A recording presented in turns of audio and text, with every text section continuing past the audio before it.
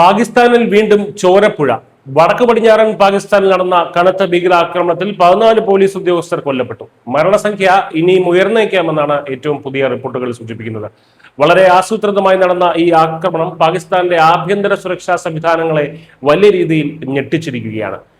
അഫ്ഗാനിസ്ഥാനോട് ചേർന്ന് കിടക്കുന്ന ഖൈബർ പക്തുൻഖ്വ പ്രവിശ്യയിലെ ബന്നു ജില്ലയിലാണ് നടുക്കുന്ന ഈ സംഭവം ഉണ്ടായത്. ശനിയാഴ്ച വൈകിട്ടോടെ സ്ഫോടക വസ്തുക്കൾ നിറച്ച വാഹനം ഉപയോഗിച്ച് സുരക്ഷാ പോസ്റ്റിന് നേരെ ചാവേർ ആക്രമണം നടത്തുകയായിരുന്നു.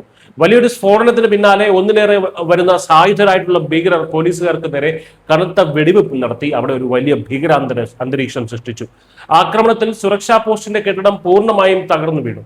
മണിക്കൂറുകൾ നീണ്ട പരിശ്രമത്തിനൊടുവിൽ ഹെവി മെഷീനറികൾ ഉപയോഗിച്ചാണ് കെട്ടിടത്തിന്റെ അവശിഷ്ടങ്ങൾക്കിടയിൽ നിന്നും പല ഉദ്യോഗസ്ഥരുടെയും മൃതദേഹങ്ങൾ പുറത്തെടുത്തത് എന്ന് പറയുമ്പോൾ ആ സ്ഫോടനത്തിന്റെ വ്യാപ്തി നിങ്ങൾക്ക് ഊഹിക്കാം.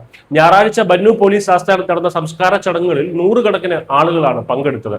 കനത്ത സുരക്ഷയിൽ നടന്ന ചടങ്ങിൽ പാകിസ്ഥാന്റെ ദേശീയ പതാക പുതപ്പിച്ച ശവമഞ്ചങ്ങൾക്ക് മുന്നിൽ വിതുമ്പുന്ന ബന്ധുക്കളെയാണ് ലോകം കണ്ടത്.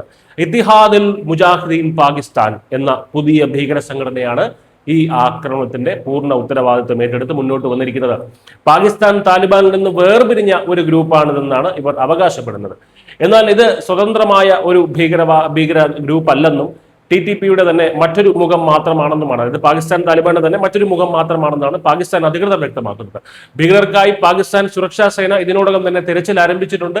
കഴിഞ്ഞ കുറച്ചു കാലങ്ങളായി പാകിസ്ഥാനിൽ ഭീകരാക്രമണങ്ങൾ വലിയ തോതിൽ വർദ്ധിച്ചിരിക്കുകയാണ്. 2021 അഫ്ഗാനിസ്ഥാനിൽ താലിബാൻ അധികാരം പിടിച്ചെടുത്തതിനു ശേഷമാണ് ഇതിൽ ഒരു വലിയൊരു കുതിച്ചുചാട്ടം ഉണ്ടായത്.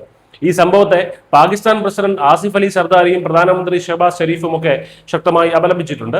അഫ്ഗാനിസ്ഥാനിൽ താലിബാൻ ഭരണകൂടത്തിന്റെ കീഴിലുള്ള ഒളിത്താവളങ്ങളിൽ നിന്ന് പ്രവർത്തിക്കുന്ന ഭീകരരാണ് പാകിസ്ഥാനിലെ സാധാരണക്കാരെയും സുരക്ഷാ സേനയും ലക്ഷ്യം വയ്ക്കുന്നതെന്ന് പ്രസിഡന്റ് സർദാരി കുറ്റപ്പെടുത്തി. ഈ ഭീകരർക്ക് പുറത്തു നിന്നുള്ള വലിയ സഹായം ലഭിക്കുന്നുണ്ടെന്നും അത് ഇന്ത്യയെ ഉദ്ദേശിച്ചാണ് പറഞ്ഞിരിക്കുന്നത്. അവർക്കെതിരെ കർശന നടപടി എടുക്കുമെന്നൊക്കെയാണ്, അതായത് നമുക്കെതിരെ കർശന നടപടി എടുക്കുമെന്നൊക്കെയാണ് അദ്ദേഹം കൂട്ടിച്ചേർക്കുന്നത്.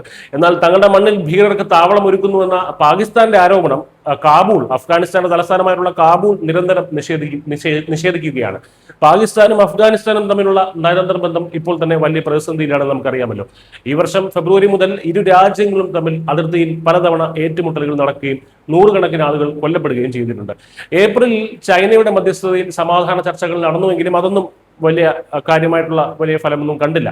ചുരുക്കത്തിൽ സ്വന്തം അതിർത്തിക്കുള്ളിൽ വളർന്ന ഭീകരവാദം ഇപ്പോൾ പാകിസ്ഥാന്റെ തന്നെ ഉറക്കം കെടുത്തുന്ന ദുരന്തമായി മാറിയിരിക്കുകയാണ്.